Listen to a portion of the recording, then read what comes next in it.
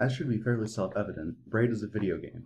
Developed by Jonathan Blow over the course of 3 years, with art by David Hellman and soundtrack by Magnitunes, it was released on Xbox Live Arcade in 2008 and made its way to other platforms in 2009.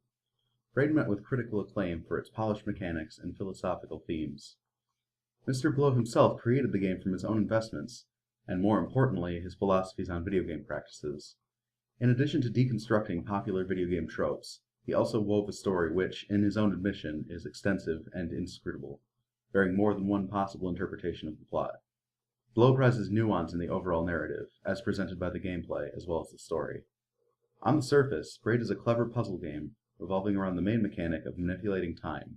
The protagonist, Tim, travels through several worlds to rescue a princess with whom he is implied to have had a relationship in the past. The cues taken from Mario are obvious, often deliberately so. However, the major themes run deeper. Braid is about risk, or rather the lack thereof. Whenever you die in the game, rather than simply falling off the screen and restarting from a checkpoint, Tim rewinds time, undoing the fatal blow and moving him back through space according to where he had been at the time. Interestingly, the player is never given the option of accepting an in-game death. The game does not respond until you, the player, press the rewind button. Of course, when every death is reversible, the player is much freer to experiment and find the right route through each level.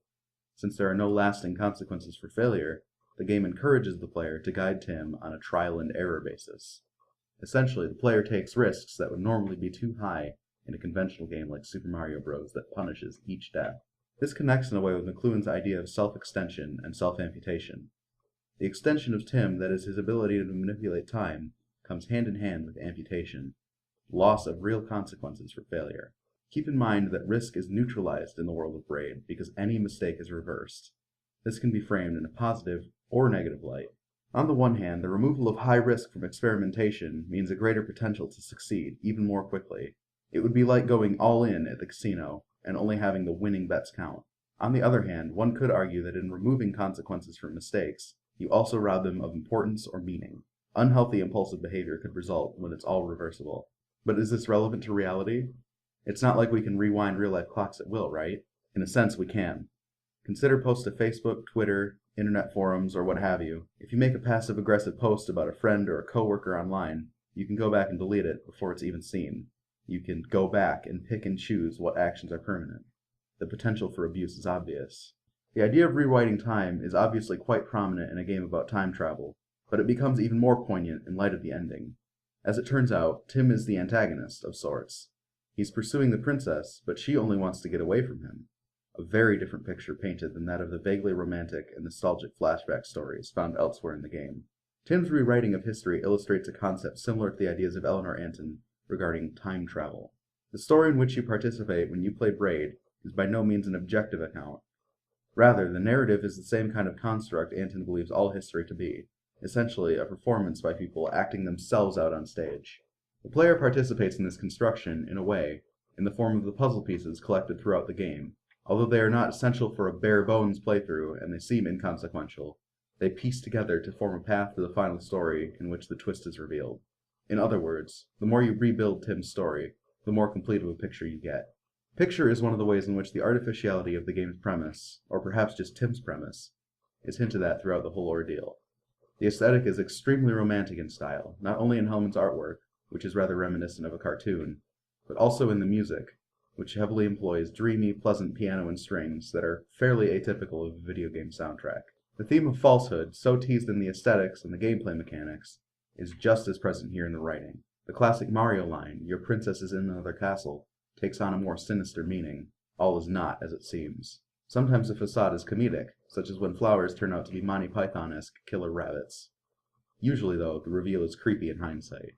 The ambiguity is also more obvious, though, displaying itself through the snippets of text that are unlocked with progress through the game. They are quite literally storybook accounts of Tim's former life, though laden with metaphor and flexible in interpretation. Again, this is by design. Through them, we gain glimpses of Tim's relationship with the princess, and how he copes with its having gone wrong. Themes such as forgiveness, regret, and independence are all explored, introduced on top of each other in layers, and represented by gameplay mechanics. Some objects are immune to Tim's manipulation of time. Sometimes Tim's spatial position will dictate the flow of time in the level. The puzzles gradually grow more complex than what the initial presentation indicates, just like the story. The grand plot twist in the final world that Tim is the monster all along paints the entire ordeal in a different light. What was once an admirable struggle by a determined hero becomes the tale of an implacable stalker who almost won. The final level encapsulates perfectly how a story can become the opposite if told in reverse.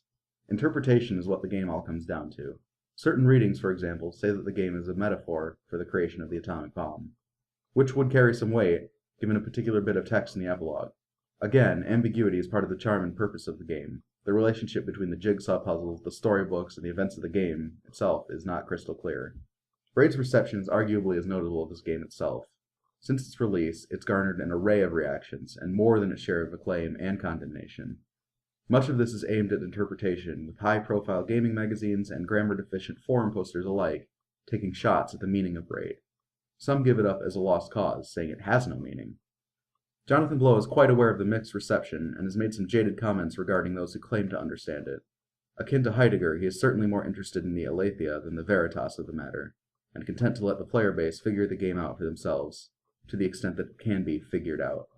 Or maybe he just enjoys the chaos. As a deconstruction of video game tropes, Braid is poignantly nonlinear and complex compared to most of its side-scrolling brethren. As an exploration of the flow of time, it is either delightfully or despicably translucent, with implications as near and as petty as how we communicate in a medium of delete buttons, and as far-reaching as how we perceive the narratives of our own history.